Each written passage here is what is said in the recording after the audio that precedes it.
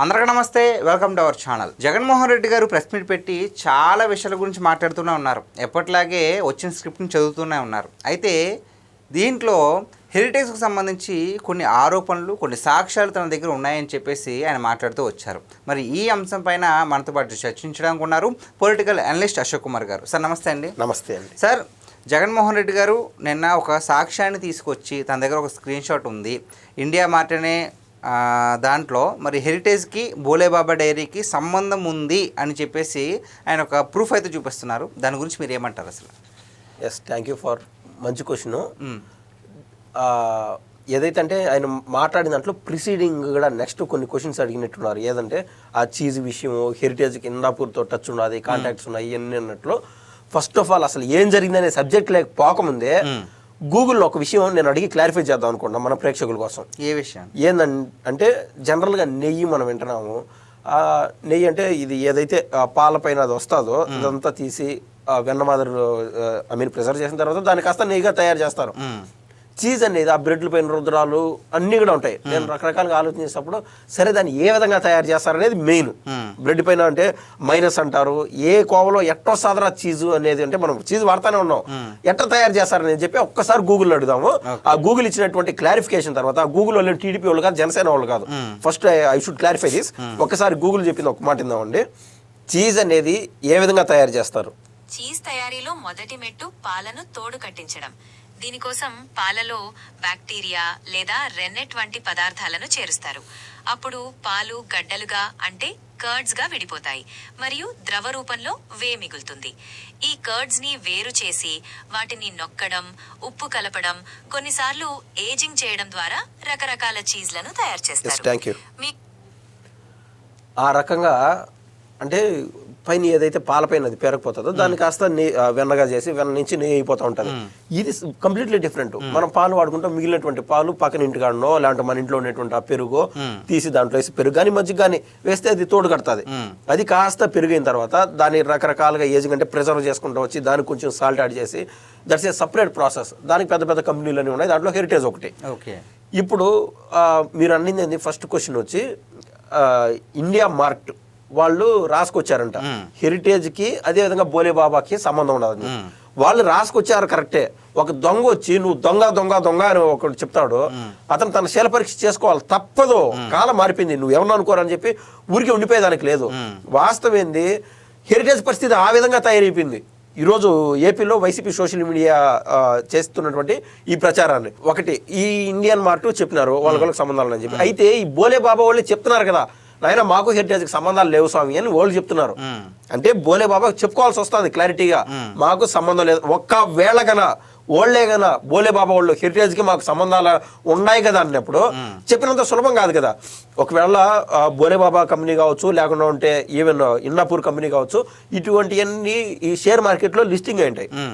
ఒకవేళ నీకు హెరిటేజ్ పైన నీకు ఇష్టం ఉన్నది, నమ్మకం ఉన్నది, క్వాలిటీ ఉన్నది, బ్రాండ్ ఉన్నది, ఏ విధంగా అయితే సిల్వర్ పైన గోల్డ్ పైన నువ్వు ఇన్వెస్ట్మెంట్ పెడతా ఉంటావో అదే మాత్రం హెరిటేజ్ పైన కూడా ఇన్వెస్ట్మెంట్ పెట్టుకోవచ్చు. ఒక 5 ఏళ్ళు పోయిన తర్వాత, 10 ఏళ్ళు 7 ఏళ్ళు పోయిన తర్వాత నీకు నెలసరి నీకు 50,000 డబ్బులు వస్తాయి అనుకున్నావు, దాంట్లో 5,000 నాకు కదని చెప్పి నెల 5,000 దాంట్లో పెట్టుకుంటా పోతే ఇది ఉన్న పళ్ళగా హెరిటేజ్ షేర్లు ఏం డౌన్ ఏది ఉండదో, డౌన్ అయినా కూడా ఎంత అవుతుంది మొన్న చూసాం. గోల్డ్ రేటు టపీలు నడిపింది, మెయిన్ స్ట్రీమ్ మీడియా మొత్తం కవర్ చేసింది. But at the same time heritage కింద ఒకవేళ అర్రా కుర్రా లైట్గా అంటే వాళ్ళు ఆ ప్రమాణాలు పాటిస్తూ ఉంటారు కాబట్టి అంత రిస్క్ ఏమి ఉండదు.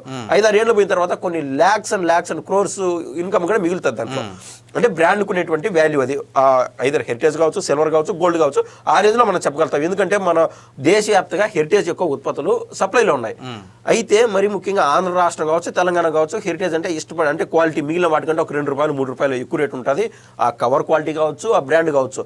అది సింపుల్గా నాకు ఎట్లా కనిపిస్తుంది అంటే అండి, మీరు అడిగిన క్వశ్చన్ ఒకటి, నాకు ప్యారలల్ గా వైసీపీ చేసేటువంటి ఆ ప్రచారం అనేది దుష్ప్రచారం, మరీ ముఖ్యంగా ఒక మాజీ ముఖ్యమంత్రి స్థాయిలో ఒక జగన్మోహన్ రెడ్డి గారు చేస్తున్నటువంటి ఇట్లాంటి వింత పోకళ్ళు ఈ చూస్తూ ఉంటే 50 గుర్తొస్తాయి చెప్తా అనుకుంటే. ఒకవేళ నాది 8 minutes 10 minutes సబ్జెక్ట్ కావచ్చు కాక 50 గుర్తొస్తాయి. ఒకప్పుడు పాపము ఆఖరి దశలో ఎవరైతే రామోజీరావు గారు ఉన్నారో, ఈనాడు ఆయన కష్టపడి ఆ ఊరగాయలు అమ్ముకుంటా ఊరగాయలు అమ్ముకుంటా పేపర్ పెట్టుకున్నాడు, ఒక స్థాయికి వెళ్ళిపోయినాడు. ఇప్పుడు కేఎఫ్సీ ఆయన 60 ఏళ్ళ వయసు దాటిన తర్వాత ఆయన అక్కడ రిటైర్మెంట్ తీసుకొని ప్రతి మనం అంటే మన యాసలో చెప్పాలంటే ప్రతి ఊర్లోకి గంపల్లో ఒకనొక టైంలో ఈ ఉంటాయి కదండి గారెలు, లేదా ఈవెన్ పానీపూరి కావచ్చు ఇట్లాంటివన్నీ ఆ మాదిరి అమ్ముకుంటే తిరుగుతూ ఉన్నాడు.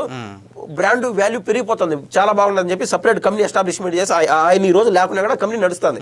అదే మాదిరి పాపం రామోజీరావు గారు చిట్ ఫండ్స్ అని చెప్పి ఇరు తెలుగు రాష్ట్రాల్లో ఎవరికి ఒక్క మనిషికి కూడా అన్యాయం జరగలాగడ అట్ట ఆయన పైన కావాలని కోర్టుల వరకు ఎక్కి ఏమైనా ఉండవల్లి ఇలాంటి వాళ్ళు ఎన్ని దాడులు చేశా కూడా ఆయన సచీలుడు, ఆయన తప్పు చేయలేదని చెప్పి బయటకు రావాల్సి వచ్చింది. అంటే చెడ్డోళ్ళు ఈ మాదిరి దాడులు చేస్తానే ఉంటారు. ఇప్పుడు మనం చెప్తున్నటువంటి ఇండియా మార్ట్ ఏదైతే ఉన్నదో ఇట్లాంటి పేజీలు రేపు మాపు నేనైనా ఒక పేజ్ క్రియేట్ చేసేయచ్చు. ఫర్ సపోజ్ స్విగ్గీ అనేది వచ్చింది, జొమాటో వచ్చింది, ఇంకా ఎన్నో వచ్చినాయి, ఇన్స్టామార్ట్ అంట, రకరకాలటి వచ్చినాయి. రేపు మాప మనం కూడా ఒకటి క్రియేట్ చేయొచ్చు. మనకు ఆ క్యాపబిలిటీ క్రెడిబిలిటీ ఉండి మనం ఎవరైతే ఈ డెలివరీ బాయ్స్ మనం మేనేజ్ చేయగలుగుతామో వాళ్ళకి ఆ డబ్బులు అందిగలుగుతామో ఆ స్టెబిలిటీ ఉంటే లాంగ్ రన్ లో ఈ రోజు ఈ రేపు ఇంకొచ్చే 1.5 సంవత్సరం 2 ఏళ్ళు ఫ్లాప్ ఉంటుంది, బిజినెస్ తక్కువ ఇన్కమ్ ఉంటుంది. కానీ ఈ అందరూ వాడుకోలు ఎక్కువ మొదలైపోతే ఒక్కొక్క డెలివరీ బాయ్ దగ్గర 2 పార్సల్ వెళ్తా ఉంటాయి. ఫర్ సపోజ్ ఇప్పుడు పార్సల్ కూడా సప్లై ఉన్నది, మరి 30 రూపాయలకి మనూరు కానించి రాజమండ్రికి ఎట్లా సప్లై చేస్తున్నాడా మనకు డౌట్ వస్తుంది. అట్లాంటిది లాంగ్ వేవ్ అంటే లాంగర్ పెర్స్పెక్టివ్ చూడండి, ఒక కంటైనర్ నిండా పార్సల్ వెళ్ళిపోతాయి. మనం ఈ రోజు ఉన్నట్టుండి కొత్తగా ఒక కంపెనీ పట్టుకొచ్చి ఒక 10 పార్సల్కి కానీ వాళ్ళు లాస్ట్ నడుపుకుంటా పోతారు. అట్లాంటిదే ఇండియన్ మార్కెట్ కూడా ఈ మాదిరి చేసుకుంటూ వచ్చింది. వాళ్ళకు తెలిసి తెలియక అర్రాకొర నాలెడ్జ్తో ఆ మాదిరి చెప్పారు. కానీ ఆడ విక్టిమ్ ఎవరు బోలే బాబా, ఆడ ఒక దాంట్లో తప్పులో ఉన్నారు, ఒక పక్క మంచి కంపెనీతో వీళ్ళకు రుద్దినారు, హెరిటేజ్తో రుద్దినారు. ఇప్పుడు హెరిటేజ్ వాళ్ళు మాకు సంబంధం లేదురా అని చెప్పి నోరు తెలిసి మాట్లాడితే ఒకవేళ బోలే బాబా డైరీకి సంబంధించిన వాళ్ళు వీళ్ళు కోర్టుకి ఎక్కుతారు. కోర్టుకి ఎక్కినప్పుడు వాళ్ళు ఏమో చెట్టు కింద ప్లేటర్ మాదిరి ఏది పరకామండిలో పంచాయతీ చేశారు చూడు, ఆ మాదిరి ఉన్నది కథ అంతా. కోర్టు వారు నికాసుగా తెలుస్తారు హెరిటేజ్కి పలానా సంబంధాలు ఉన్నాయి లేవు అని చెప్పి. ఒక కోర్టు దాల్చడం ఏంటంటే పబ్లిక్ డొమైన్ మొత్తం పబ్లిక్ అంతా చర్చ చేస్తుంది. అన్ని ప్రతి ఒక్కటి గూగుల్లో పలానా డాక్యుమెంటేషన్ వచ్చేస్తాయి. అప్పుడు హెరిటేజ్ యొక్క బ్రాండ్ వేల ఒక పతాక స్థాయికి చేరిపోతుంది. ఆ దమ్ము జగన్మోహన్ రెడ్డి గారికి లేదు, బోలే బాబా డైరీకి లేదు. సో మేము బురద చల్లుతాం, మీరు పూసుకోండి అని వాళ్ళు చెప్తున్నారు. అంటే ఓవరాల్గా ప్రెస్ మీట్లో ఈ విషయాన్ని ప్రస్తావించడం అని చూస్తుంటే, అంటే ఏదైతే కల్తీనే వ్యవహారం ఉందో తిరుమలకు సంబంధించి దాన్ని డైవర్ట్ చేయడానికే ఈ విధంగా మళ్ళీ ప్రజలు అది మర్చిపోయి దీని గురించి డిస్కస్ చేసుకోవడానికి ఇదంతా చేస్తున్నారంటారా? 100% అండి. ఇప్పుడు మామూలుగా మనం ఒకవేళ మొబైల్ చూస్తే మనకు విపరీతంగా మనకు అర్థమైపోతూ ఉంటుంది. కానీ నిజాయితీగా చెప్తున్నా, వాస్తవంగా ఏదైతే టీడీపీ వాళ్ళు మంచి చేస్తున్నారో లేదా న్యూట్రల్గా వాళ్ళు మంచిగా చెప్తున్నారు, వీళ్ళందరూ నిజంగా చెప్తున్నా 25% 30% సక్సెస్లో ఉన్నారు. అట్ ద సేమ్ టైం ఒక చెడుని అంటించుకొని ఒక బ్యాగ్ మాదిరి తగిలించుకొని వైసీపీ దూసుకెళ్తాను రాంగ్ ప్రచారంలో ప్రజల్లోకి తీసుకెళ్లడంలో.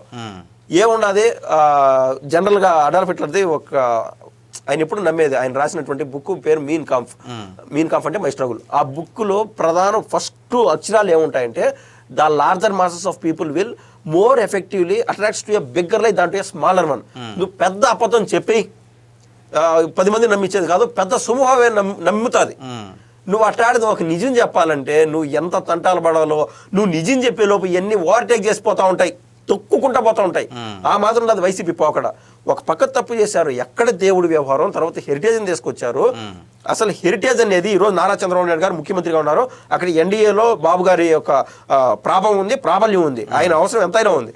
అట్లా టైంలో ఎవరైనా బిజినెస్లు చేసుకోవచ్చు. వాస్తవం ఇప్పుడు బీజేపీలో పెద్ద పెద్ద ఎంపీలు బిజినెస్లు ఉన్నాయి. ఒక పక్క సుజనా చౌదరి ఎవరైతే ఉన్నారో ఆయనకు ఉన్నాయి, అదేవిధంగా సీఎం రమేష్ గారికి ఉన్నాయి. బిజినెస్లు చేసుకుంటారు. ఆ మాదిరి బిజినెస్లో వచ్చినటువంటి డబ్బు ఎందుకు ఉపయోగిస్తారు? స్వయంగా వాళ్ళ తల్లిది హెరిటేజ్. ఆయన మొన్న ఒక స్కూల్ కట్టేట్టున్నాడు నారా లోకేష్ గారు, ఏది నిడమూరు అనే దగ్గర ఒక మోడల్ స్కూల్. ఆయన అనుకుంటాను ఏంటంటే ఒక గవర్నమెంట్ స్కూల్ విద్యార్థులు ప్రైవేట్ స్కూల్ విద్యార్థులు అనేటువంటి తారతమ్యాలని తనివేసేయాలని చెప్పి ఆయన ఒక భీష్మించుకొని కూర్చున్నాడు.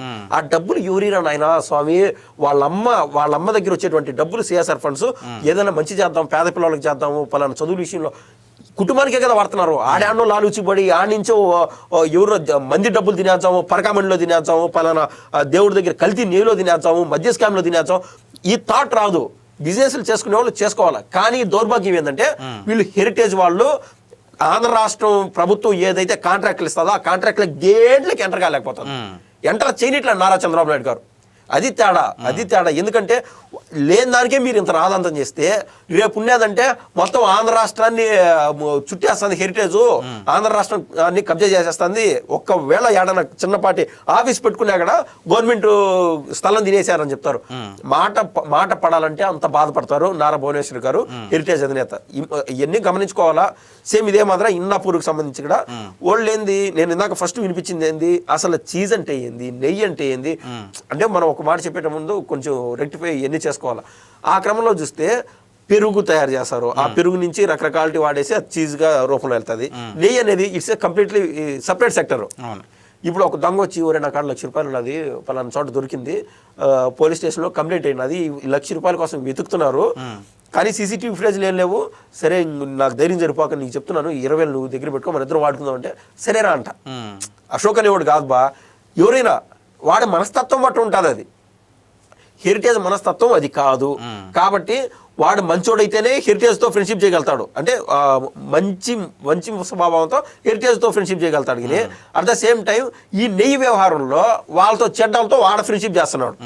అంటే ఈ బ్రాండ్ వాల్యూ కోల్పోకూడదని చెప్పి ఇన్నాపూర్ ప్రయత్నం చేసింది అనేది వాస్తవం. అట్ ద సేమ్ టైం ఆ నెయ్యి వ్యవహారంలో తలదూర్చి ఏదైతే ఆ రూట్ ఉన్నదో ఆ టైంలో డబ్బులు దొరుకుతున్నటువంటి వ్యవహారంలో వాళ్ళ పాత్ర కూడా ఉన్నది. ఇది యాక్చువల్లీ ఇది కోర్టు వరకు కూడా వెళ్తాయి. జగన్మోహన్ రెడ్డి గారు మాజీ సీఎం హోదాలో చెప్పినంత సింపుల్ ఏం కాదు, కోర్టు వరకు వెళ్ళాలా. వాళ్ళకి హెరిటేజ్ వాళ్ళకి పాపం ఆ దృష్టి తప్పట్లా, ఎందుకంటే ఆంధ్ర రాష్ట్రంలో ఇట్లాంటి వాళ్ళు ఉన్నారు కాబట్టి. అది మన దౌర్భాగ్యాన్ని స్పష్టంగా చెప్పచ్చు. ఓకే, థ్యాంక్ యూ అండి. థ్యాంక్స్ అండి.